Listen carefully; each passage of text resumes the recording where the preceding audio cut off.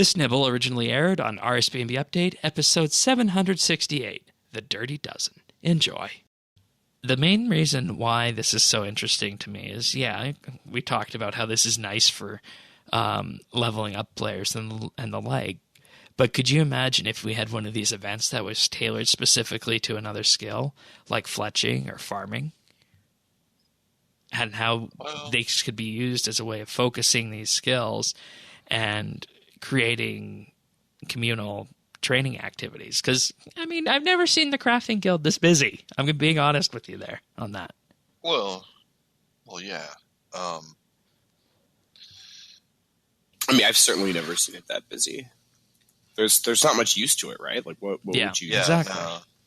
Maybe like really low-level gold mining, because the living rock caverns might cause you to die because of living rock creatures. I guess that would be the only use I can think of. And I think urns, because...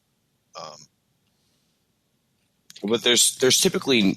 That bank isn't that close, though. Oh, there's actually a portable bank chest right there, though.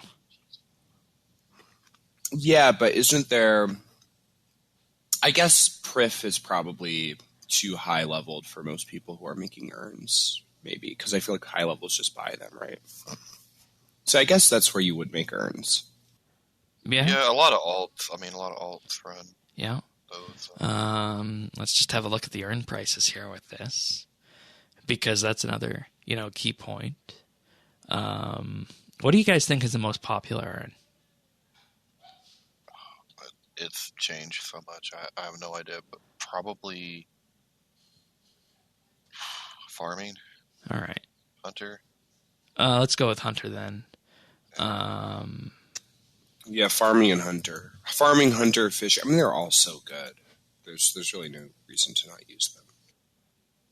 4,300 XP or GP right now for the decorated hunter urn with no rune on it. 30-day average has been 4,700.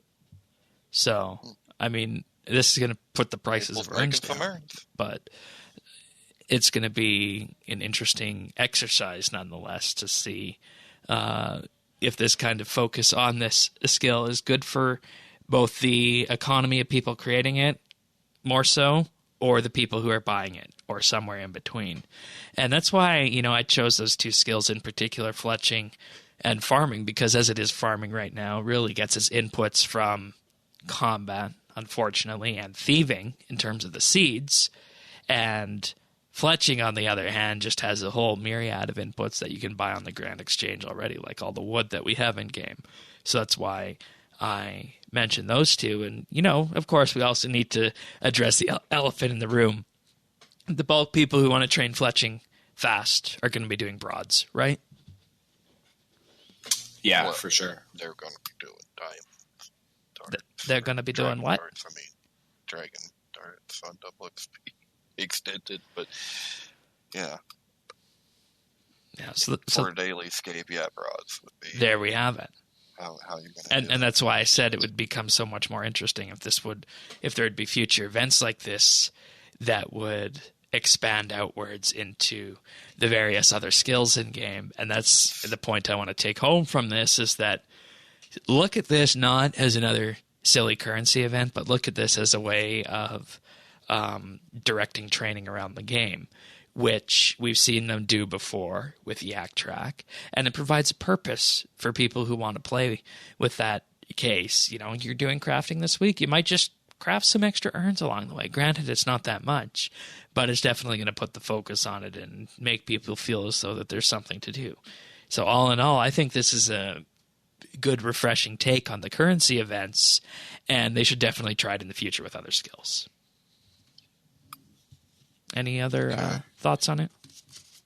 Yeah, I mean, I tend to agree with you, Shane, but I do have one little concern, or at least a question. I just want to look at it from another point of view. Is it good to point and put a focus on these older, not so good looking places and or skills that need to be worked on to begin with? Is this kind of just juicing up the spot to drive some traffic. And then Which it's is all going fine, to but disappear after, because the right, paint chest is but temporary. right, because this, to me, this is more like a Voice of Saren type Right. of thing than even a currency. I mean, I guess it's currency, but It's Voice of Saren with currency added. Yeah. It's also worth noting that they added more workbenches, a loom, and a furnace there as well. I just can't imagine, even as a low level, I can't imagine sitting down working on a loom. But I mean, Bowstring, if you're a member with flax. You do that on a loom? Yeah, or spinning wheel. Sorry, that's wheel. there. Yeah, in the crafting guild as well. right. Oh. But a loom is like some niche shit. Yeah, it really is. It really is. You might have needed it for a quest or something. I don't know. Yeah, and you know, this is highlighting, like you said, the point that, you know, maybe crafting does need some work after this.